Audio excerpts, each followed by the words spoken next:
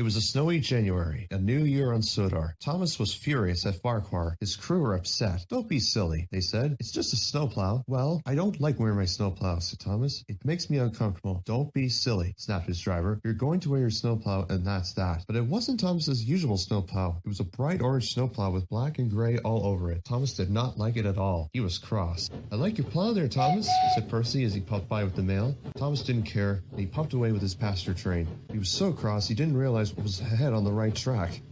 Ahead of the line was some snowy points that had been frozen overnight. He did not see them. It led to a siding with only a snowbank as protection. Thomas ran down the hill, crashed through the siding, and went off the rails, and slid right into the points on the opposite end of the line. Thomas was surprised and shocked. "Oh dear," said Thomas. "What will I do?" Thomas felt embarrassed. He shouldn't have been cross. Thankfully, the passengers, Annie and Clarabelle, were not hurt, but Annie and Clarabelle's wheels were dug deep in the mud. The guard, driver, and fireman decided to take the passengers out of the coaches and take them to safety. Toby then arrived with the brake van and a works unit coach as part of his goods train. The passengers boarded Henrietta in the works unit coach, and even some boarded his cab. Then Toby puffed away back to Farquhar to take the passengers back home. Then Toby came back for Thomas. His fireman attached a rope to his coupling and then joined it to the end of Clarabelle. He tied the rope to Clarabelle's coupling as quickly as he could. He ran back to Toby, and then Toby cautiously pulled reverses back as fast as he could, so that way Thomas would come back on the rails.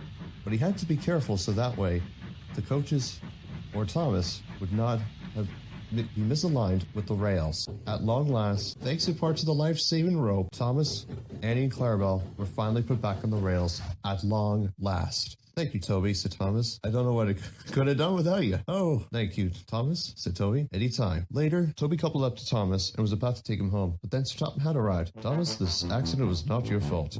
Those points should have been checked a while ago. I had sent Diesel to go and check them, but I guess he didn't. Regardless, Thomas, I'm glad that everyone is all right," said Sir Topham Hatt, and Sir Topham Hatt left.